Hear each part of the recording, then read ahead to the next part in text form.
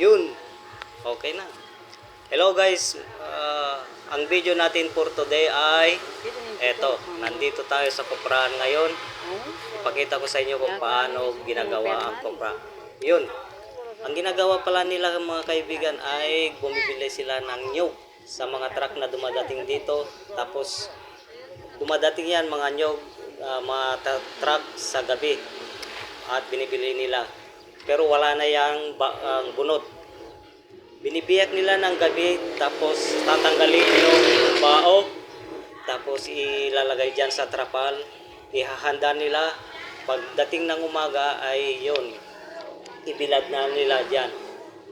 Kala yung madali lang gumawa ng kupra o ganito, yung ginagawa niyang mama na yan. Oh.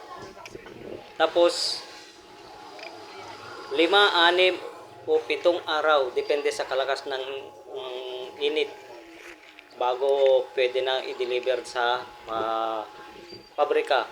Kung nagkulay barbecue o medyo may timitim na, yun, pwede nang isako, i-deliver na nila doon, ibibinta na nila doon ng per kilo sa pabrika. Tapos lulutuin naman ng pabrika, ayun, magiging mantika na.